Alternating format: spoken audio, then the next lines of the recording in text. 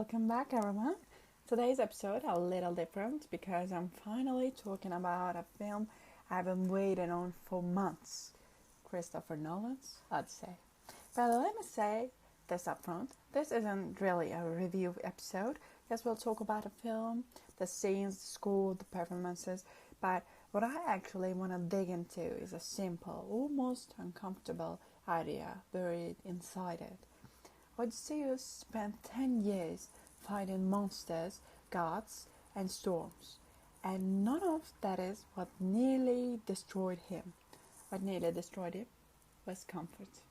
Hold on to that sentence because it's the spine of this whole episode.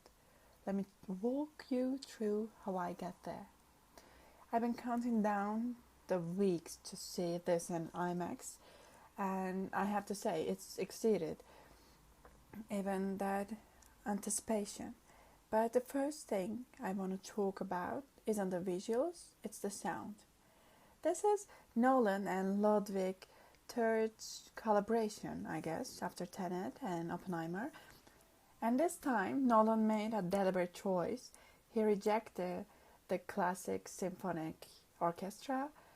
Instead, he wanted a sound world built around Bronze Age instruments, oros, lyre, something that carried that ancient weight. So Ludwig traveled to southern Albania and recorded a UNESCO-protected polyphonic folk tradition, one that reportedly traces back to before Homer's time. Why does this matter so much to me? Because on a first watch, the film can almost space musically. There are silences, empty stretches, but the music never actually stops. It just changes shape. And honestly, that connects to the first big thing I want to say about the film itself. Sometimes the loudest thing in the room is silence itself. The track Odysseus from Ludwig's score genuinely got me in a teeter. I'll admit it. And in that moment, I thought, no matter the subject, Nolan somehow managed to make us cry in every single film. I don't think that's an accident. I think that's mastery. Now let's get to one of the sharpest scenes in the film for me. Circe and the soldiers turn to swine.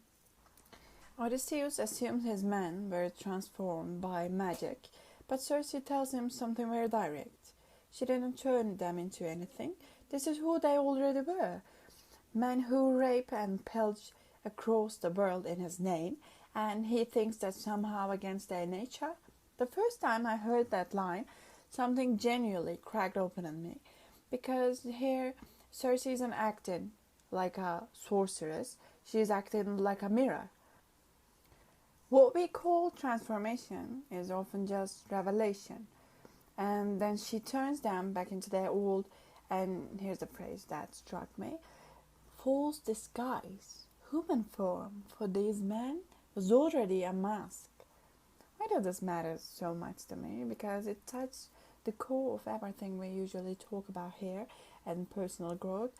Are we actually trying to change? Or are we just trying to put a more socially acceptable mask back on? What Circe offers the men isn't really a punishment. She is simply showing them who they are and admitting that is often far scarier than transforming. And now we get to the heart of this episode. Look at Odysseus' 10-year journey. There is Cyclops and the sirens, the storms, the wrath of gods. But if you ask me, the most subtle moment in the film, and honestly in the original epic too, isn't any of those. It's the years he spent on Calypso's island. Think about it. A man fights monsters, cheats, death, defies God, all to get home, and then get stuck on an island. Why? Because it's safe. Because it's comfortable. No Cyclops delayed him this long, but comfort did. No storm made him forget his purpose the way peace did. I'm going to be clear about this. The film doesn't spell it out. It doesn't tell you. You have to notice it yourself. And I think that's the cleverest thing about it, because that's exactly how comfort works in real life too, isn't it? Nobody tells you you're dissolving into your comfort right now. You have to catch it yourself. Now, let's bring this into our own lives, because honestly, this is the whole reason I'm making this episode. How many of us lost sight of our real goal, not because we were fighting some monster, but simply because the day started blurring together? How many of us telling ourselves, not today, I'll start tomorrow, are actually living on our own Calypso's island? Right? Because no storm, no danger, but no progress either. Here's the real irony. The human brain is very good at responding to danger. Run into Cyclops and your survival instinct kicks in instantly. But comfort doesn't sound an alarm. It erodes you quietly, slowly, and by the time you notice, years have gone by.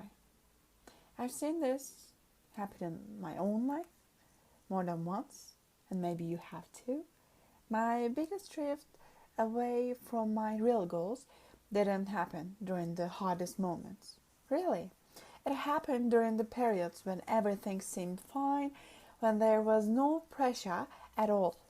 Because if struggle is the gas pedal, comfort is the brake. And sometimes that brake presses so softly you don't even realize you stop. Anyway, let's move to another layer of the film, which is my favorite, the siren scene.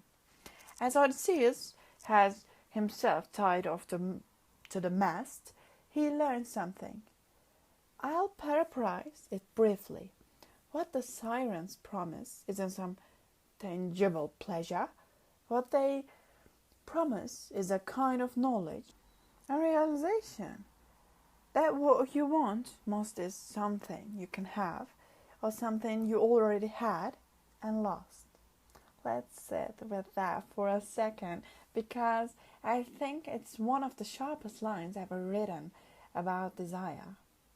We usually think of desire as a lack. I want something that I don't have. But the film hands us a more uncomfortable version. Maybe the things we want most are things that we once ours, and we just didn't notice at the time. That time. Bringing this back to personal growth, how many times have we said, I wish I still had that version of myself? Wish we still had that energy, that curiosity, that courage. That's exactly it. The siren song is really the song around past things to us. And the danger of listening too closely is this. You can stare so hard at the past that you lose sight of your actual journey, your own Ithaca, happening right now. There's a scene near the end that isn't the original text at all. It is entirely Nolan's edition, a little Nolan touch. Odysseus leaves Calypso's island and lets himself fall into the ocean. And the advice he receives is roughly this: you can't control this. You have to surrender the storm, accept whatever punishment comes from Poseidon, I guess. Zeus won't let it kill you. Stop fighting, let go of control, and live. This is a leap of faith. You haven't made it yet. I honestly think it's the film's most mature moments, because for the entire runtime, we watch a man survive through intelligence, cunning, control. He is the one who taught of the Trojan horse, or he's the one who outwitted the Cyclops. But here, at the very end, he's told the opposite. Stop thinking, stop controlling, let go. Like, Cyclops, Tyler Durden. I think this is a truth all of us eventually have to face. Some storms aren't meant to be controlled, they're meant to be moved through, and sometimes the next step in growth isn't trying harder, it's just letting go of the effort and trusting instead the flow. Before I saw the film, I kept wondering, why would Nolan even make something like this? He's a director who bends times, play with the laws of physics, messes with our grip on reality. Why turn to an ancient epic? But by the time the film ended, I understood, or maybe just remembered. Because when you look across Nolan's whole filmography, the common thread isn't that, and it isn't even lost actually. The common thread is this: losing the time you could have spent with the people you love. You know, in Interstellar, it's a father missing his daughter growing up. In this film, it's a husband and father missing 10 years of his son's childhood and his wife's life. The stories change, but what Nolan reminds us of stays remarkably consistent. Time is the one thing you can never get back. And maybe the question you should sit with it, listening to this episode, is this: whose side or what should you be present for right now? And which island are you stuck on instead? To wrap up, this film told me something far simpler and far more personal than any monster or god or storm or anything, you know. Sometimes our biggest enemy isn't out there somewhere.